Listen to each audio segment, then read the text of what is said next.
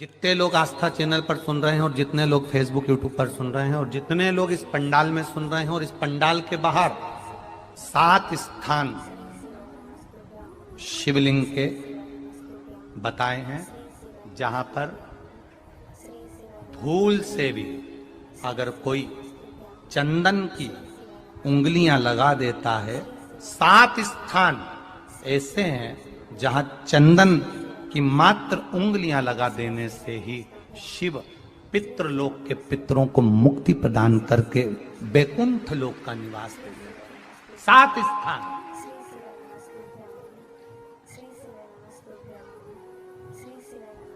और वो 7 स्थान जो चंदन के बताए गए हैं, पहला भगवान देवाधिदेव महादेव के शिवलिंग पर चंदन का लेपन। समझ लेना जरा बहुत अच्छे से। आपको लगता है स्वप्न में कोई मुर्दे दिख रहे हैं या कोई जल रहा है या कोई मर रहा है या कोई चला गया है, ऐसा भय लगता है।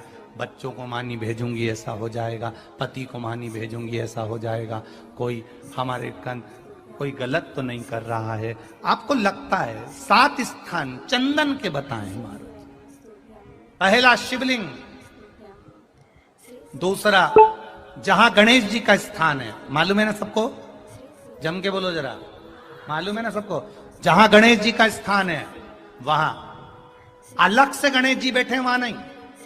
शिवलिंग में जलाधारी के ठीक सामने राइट में गणेश, लेफ्ट में कार्तिकेय, बीच में अशोक सुंदरी। तो पहला चंदन बाबा के शिवलिंग पर, दूसरा गणेश जी पर चंदन की उंगली, तीसरा षडानंद कार्तिकेय पर चंदन की उंगली, चौथा अशोक सुंदरी पर चंदन की उंगली, पांचवा जलाधारी पर चंदन की उंगली, छठा जो शिवलिंग का जल बह रहा है इसके ठीक विपरीत की ओर चंदन की उंगली, और 7वां चंदन नंदी के मस्तक के ऊपर जो 2 सींग लगे रहते हैं उस पर चंदन की उंगली।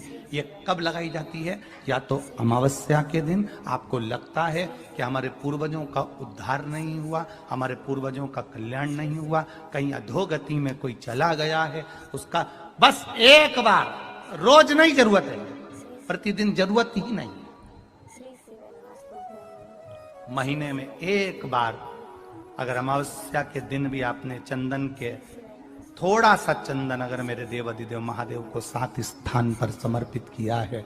अशोक यहाँ पर वर्णन कर रही है, मैना, धन्य और कला की कथा कह रही है। तीनों ने सनकादि ऋषियों से मांगा। चंदन भगवान को अति प्रिय होता है और चंदन ही एक ऐसा होता है जो पितरों को भी प्रिय होता है, जिसका स्पर्श मात्र लगने से पूर्वजों का कल्याण हो जाता है, वो चंदन। तो आप लोग जो पशुपति व्रत कर रहे हो या कोई भी उपास करते हो, कई लोग कहते हैं हमने करा नहीं हुआ। क्यों नहीं हुआ? उसमें हमारी गलतियों को हमें छाट। ये देखिए,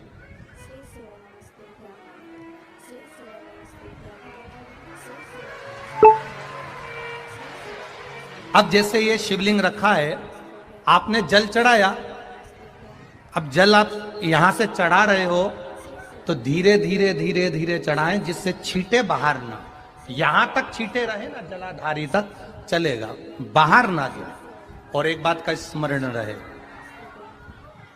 यदि बेलपत्री, फूल, पत्ती जल चढ़ाने के बाद ये सब अगर नीचे गिर जाए, जलाधारी पर गिर गया या नीचे उतर गया, तुम्हारा पूरा जल चढ़ जाए, तुम्हारे पास में चंदन नहीं है, अबीर नहीं है, गुलाल नहीं है, कुछ भी नहीं हो, तो भी अपने हाथ की 3 उंगलियों से रेखा 3 खींचकर और फिर जो माला आदिकादिक भगवान की रखी थी उसी से भगवान का वापिस पूरा श्रृंगार कर कर फिर वापिस आइए, भगवान को पूर्ण श्रृंगार।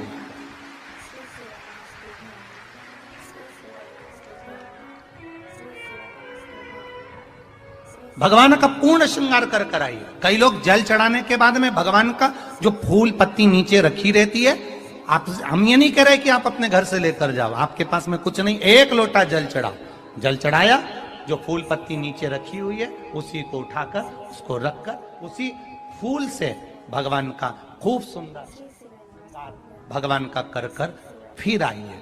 क्यों? शिव का जब हम श्रृंगार कर कर आते हैं, माता पार्वती जी ने देव अधिदेव महादेव का श्रृंगार किया है, आप लोगों के स्मरण में होगा।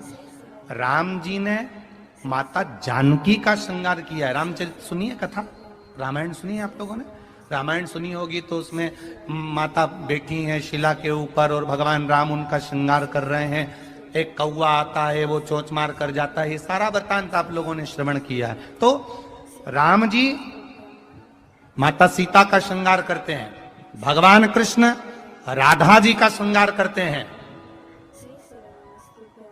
केवल एक देव अधिदेव महादेव की कथा ऐसी है जिसमें पार्वती जी शिव जी का श्रृंगार करती है। शिव का श्रृंगार किस लिए? क्यों? कहा जल चढ़ाने के बाद वहीं पर पड़ी हुई पत्ती से, फूल से, जो चढ़े हुए फूल हैं, चढ़ी हुई पत्ती है, चढ़ा हुआ निर्माल्य है, जो भी शिव जी का है, उसी को धोकर वापिस भगवान का श्रृंगार कर कर आना चाहिए। किस लिए? कि हे भोलेनाथ, जब मैं इस संसार सागर से जाऊं, अखंड सुहाग लेकर पूरी श्रृंगार कर कर इस धाम से जाऊं। ऐसी कृपा जो पढ़ाओ, जो पढ़ाओ, चंदन नहीं है, हाथ से चंदन का स्मरण होना चाहिए। लेकर आइए कि मेरा ये कार्य है बाबा और आपको करना है। लाखों के दुखड़े जो तू हर गया डमरू वाले, फिर मेरे दुखड़ों को देखकर क्यों डर गया डमरू वाले। और शिव महापुराण की यही सबसे बड़ी आनंदता कि आपको आग लगे बस्ती में और अपन रहो, अपने मस्त रहिए। जो ज्यादा गाली दे, ताना दे, अपशब्द बोले, जो तुमको ताने पर ताना दे, तुम और जोरदार खजूर वाली चोटी बना और ऐसा बक्तल लगाओ ऐसा वाला, और फिर निकलो, बोलते रहे, बोले।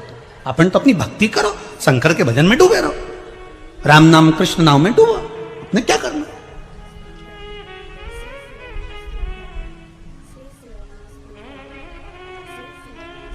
महाराज,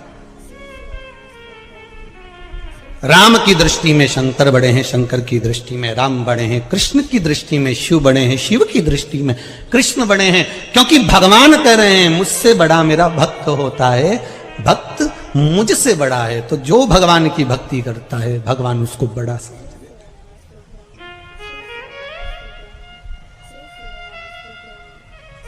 फिर वो कैसा भी भक्त हो। देवराज नाम का ब्राह्मण चोरी का धन लेकर शंकर जी के मंदिर में गया था। ब्राह्मण देवता कथा सुना रहे थे और एक क्षण की कथा उसके कानों में पड़ गई और वहां से वो चल दिया। अब जो ब्राह्मण देवता कथा सुना रहे थे उनको क्या मालूम था कि चोर है, वो तो भक्त समझ रहे थे।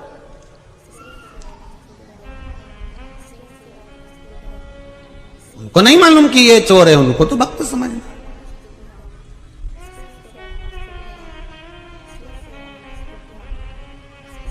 जैसे बेलपत्र के वृक्ष के नीचे चढ़ाया गया पानी हमारे पितरों को प्राप्त हो जाता है, शिव जी को चढ़ाया गया पानी 33 कोटि देवताओं को प्राप्त हो जाता है। उसी तरह भगवान देव अधिदेव महादेव को समर्पित करा गया एक बेलपत्र 3 लोक के हमारे संपूर्ण देवी देव जो भी विराजमान है उन सबको प्राप्त हो जाता है। जल की बड़ी महत्वता है कि जल शिव जी को जब चढ़ाया जाता है, जल जब हम बेलपत्री के पेड़ के नीचे चढ़ाते हैं, पीपल के वृक्ष के नीचे जल चढ़ाते हैं, आंवले के वृक्ष के नीचे जल चढ़ाते हैं, तो उसकी कितनी कितनी महत्वता होती है, उसकी कितनी मूलता है। दुनिया के लोग भले ना समझे पर उसमें पहले का नियम है हमारा, पहले जो भोजन होता था, भोजन बनता था, उसमें आंवले की खटास डाली जाती थी। आज के जमाने में तो लोग टाटरी डाल दें, नींबू डाल दें, ये सब बात की बात है। आंवला इसलिए डालते थे क्योंकि हड्डियां मजबूत रहती थी।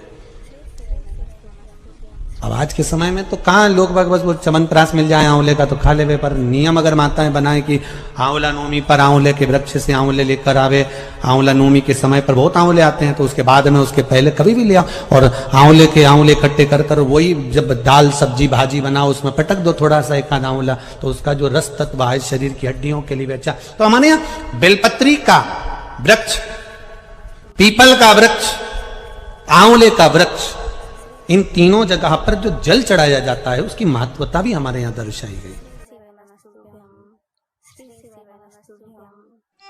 प्रैक्टिकल करना, जब जिस दिन लगे कि व्यापार ठीक नहीं चल रहा, आज लगे कि आज पैसा चाहिए और आ नहीं रहा, आज तुम्हें 5,000 की 10,000 की 50,000 की 1 लाख 5 लाख की जरूरत है और कहीं से आवक नहीं है, भगवान कहीं ना कहीं से आ जाए ऐसी कृपा, तो कुंदकेश्वर महादेव का नाम लेकर एक पुष्प उसका अंतर रख दो। जिस जगह से तुम कमाते हो, जिस जगह पर, जिस गादी पर, जिस कुर्सी पर तुम बैठते हो, उसके सम्मुख में उस पुष्प का मुख बाहर होना चाहिए, उसकी डंडी, उसका जो डंडी का भाग है वो हमारी ओर, हमारा आकर्षण।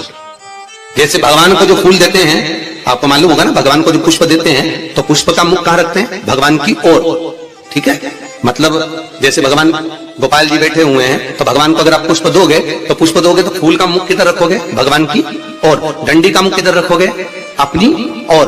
उसी तरह जब अपने कार्य की सिद्धता के लिए अपन कोई कार्य कर रहे हैं, किसी को देना है हमको, तो ये पुष्प का मुख बाहर की ओर रखना। हमको जब काउंटर पर रखे तो सम्मुख रखे कि इससे हमें कुछ प्राप्त हो।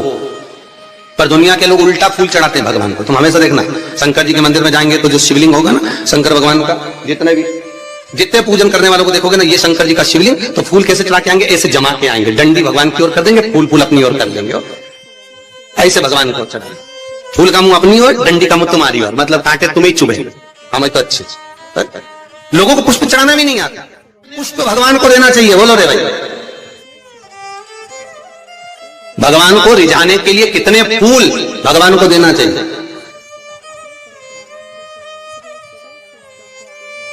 बोलो तो, कितने पुष्प भगवान को समर्पित करना चाहिए? महाराज,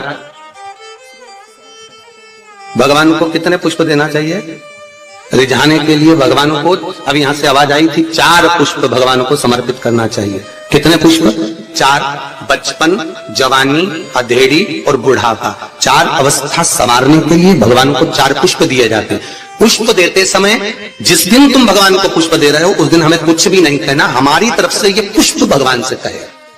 पुष्प भगवान से क्या कहता है कि भगवान मुझ में जैसी सुगंध है वैसी इसके जीवन में सुगंध देना। पुष्प कहता है भगवान जैसी मुझ में ताजगी है इसके जीवन में वैसी ताजगी देना। पुष्प कहता है भगवान जैसे मेरी पत्तियों में रस है इसके जीवन में खुशियों का रस भर देना। ये पुष्प कहता है भगवान से, हमें नहीं कहना भगवान से। भगवान को पुष्प दे दिया तो भगवान समझ गए। अब पहले कौन सी कंजन कहा शादी में गए थे राम, तो याद आया स्टेज पे ऐसा लड़का घुटना टेक के, हाँ ऐसे तो फूल था, राम ऐसे दे रहा है।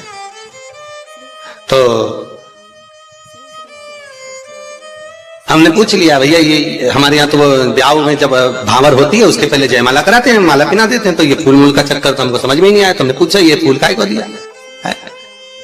तो कहा गुरु जी समर्पण के लिए दिया। हमने कहा बहुत बढ़िया। तो हमने कहा गोभी का दे देता तो सब्जी तो बन जाता। अब समर्पण के भाई देव मना नहीं है, पर हमारे यहाँ ऐसा विधान नहीं है फूल वगैरह देने का।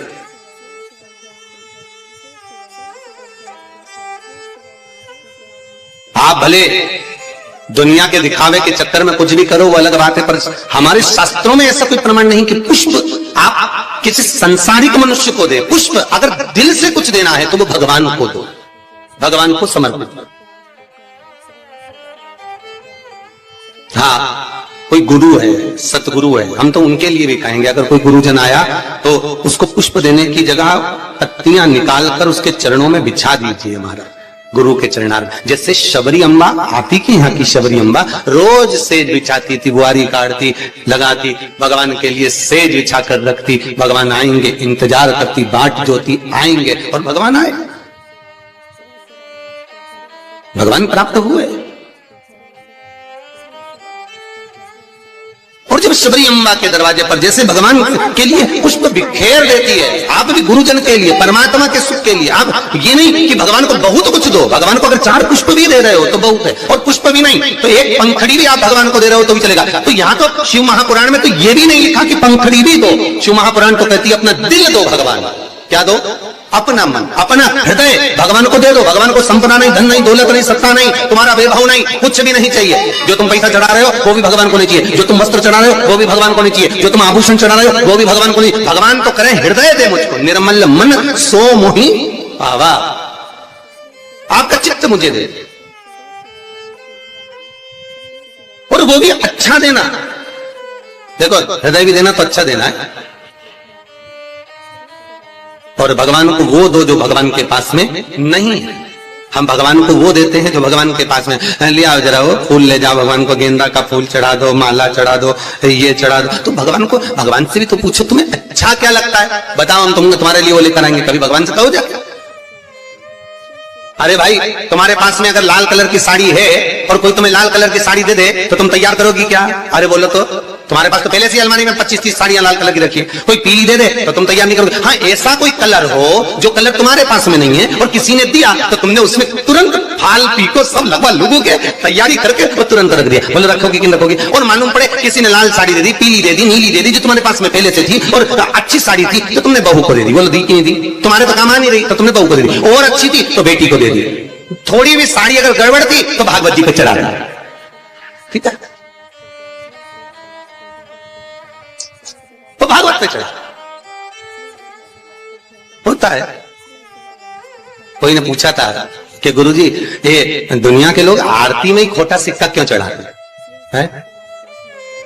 मंदिर में लोग खोटा सिक्का क्यों चढ़ाते? फटा हुआ नोट, खोटा सिक्का मंदिर में चढ़ाएंगे, धर्म की जगह पर चढ़ाएंगे, अच्छी जगह पर कहीं नहीं देंगे। पर तो हमने कहा भाई सीधी सीधी बात है, जो दुनिया में कहीं नहीं चलता वो इसी के पास चलता। निभाता यही है जिसको सब ठुकरा दे, जिसको सब निकाल दे, जो कहीं ना चले वो महादेव के चरणों में चले। एक बार शंकर के पास पहुंच जा, खोटे सिक्के को भी चपटी भभूत में है खजाना कुबेर का। बताओ वो शमशान की भभूत कहीं चले? अरे बोलो तो कहीं नहीं चले। अगर कोई मुर्दा जलाने जाए तो घर आके नहाए, तो पत्नी करे बाहर बाल्टी रखी नहा लो जा। और अगर ऐसे ही घुस जाए घर में फिर देखो तुम्हें तो अक्ल ही नहीं है, मुर्दा जला के आए हो, पूरी अक्ल वहीं पे छोड़ी आए के शमशान में। बाहर जाओ नहाओ, कपड़े भी वहीं छोड़ दो, वहीं गीले करो, जिस गाड़ी पर आए गाड़ी पर भी पानी डलवा, चप्पल भी गीली करो, मोबाइल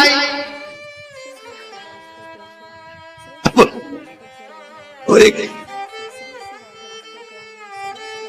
पता नहीं बोली धीरे से मारा तो मैं पानी छीट दूंगी। अब विचार करना, वो शमशान की रात कहीं नहीं चले पर एक ही को चले, किसको? महादेव। वो उसके पास ऐसी चले कि वही भस्मी करोड़ों की हो जाती है।